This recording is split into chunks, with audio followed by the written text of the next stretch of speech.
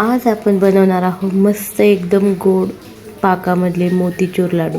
याला बुंदीचे लाडू असेही म्हणतात आणि हे लाडू इतके रसाळ आणि मस्त बनतात। मी हे लाडू गेल्या कित्येक वर्षापासून बनवत आहे आणि आज पहिल्यांदा मी याचा व्हिडिओ बनवत आहे।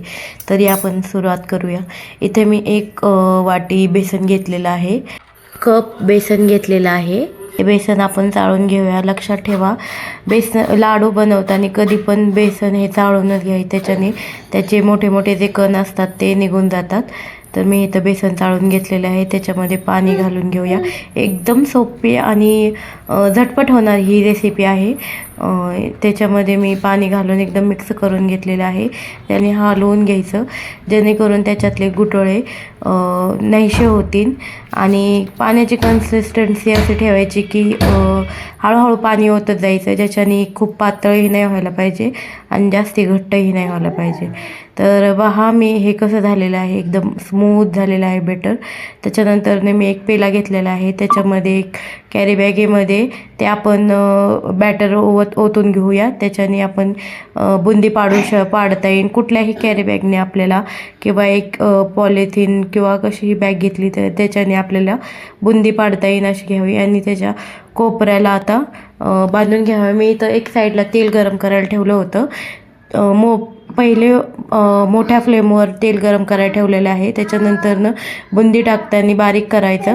लक्षात ठेवा, बारीक गॅसवरतीच बुंदी तळून घ्यायची आहे, जेणेकरून बुंदी आपली स्मूथ होईल।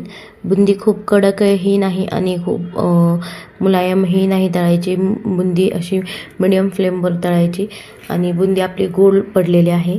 पहा आपली बुंदी तयार आहे। मस्त बारीक गॅसवर त्याला एकदम छान मध्ये तळून घ्यायचे आहे। त्याचा कलर येऊस्तवर आपल्याला त्याला मस्त तळून घ्यायचं आहे। पहा आता आपली बुंदी तयार आहे।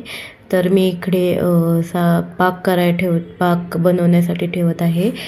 पाक बनवण्यासाठी आपल्याला एक कप साखर घ्यायची आहे, त्याच्यामध्ये 1 कपच पाणी टाकायचं आहे, ज्याच्याने आपला पाक खूप जास्ती होणार नाही।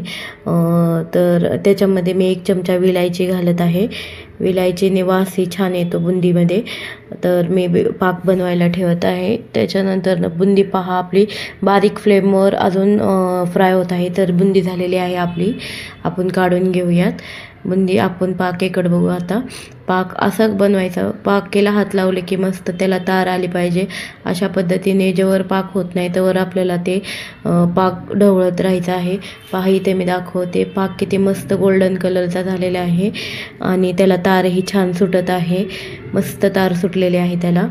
तर आता हे आपण बंद करून घेऊया गॅस। त्याच्यानंतरनं जिथे आपण बुंदी काढली होती तेलातनं ते आपण पाकेमध्ये घालून घेऊ आणि मस्त हलवून घेऊ त्याला, जेणेकरून पाक सगळा बुंदीमध्ये मुरला जाईल। आता याला ना कमीत कमी 1 ते 1.5 तासपर्यंत झाकण लावून ठेवायचं आहे, ज्याच्याने पाक मस्त आपला बुंदीमध्ये मुरला जाईल आणि आपला लाडू मस्त गोड आणि खुसखुशीत होईल। तर मी इथं 1 तास ठेवत आहे झाकण लावून। त्याच्यानंतरनं पहा 1 तासानंतरनं आपली बुंदी किती मस्त झालेली आहे। आता आपल्याला लाडू वळून घ्यायचे आहे। त्याच्या अगोदर मी इथं सगळी बुंदी प्लेटामध्ये काढून घेतलेली आहे। त्याच्यामध्ये केसर मिल्क मसाला घालत आहे, त्याच्यामध्ये सगळे ड्रायफ्रूट्स वगैरे सगळा मसाला वगैरे असतो, त्याच्याने बुंदीला खूप छान स्वाद येतो। मी दरवेळेस हा घालत असते, त्याच्यामुळे हे दाखवलं तुम्हाला। मी सगळा सुकामेवा त्याच्यामधला टाकून घेते आणि मस्त लाडू वळते। थोडासा लाडू वळण्यासाठी थोडा पहिले प्रॉब्लेम येईल, कारण का ते मिश्रण सगळं गार झालेलं असतं। त्याच्यानंतर ना हळू आपले छान वळून झाले ना, इतके खूप मस्त दिसतात आणि खूप छानही लागतात चवीला। तुम्ही हे लाडू नक्की ट्राय करून पहा। नक्की मला सांगा कमेंट करून की तुम्हाला माझी रेसिपी आवडली आहे की नाही। असेच नवीन नवीन व्हिडिओ बघण्यासाठी माझ्या व्हिडिओला लाईक करा, चॅनलला सबस्क्राईब करा। धन्यवाद। आणि लाडू नक्की ट्राय करून पहा, खूप म्हणजे खूप चविष्ट आणि छान बनतात।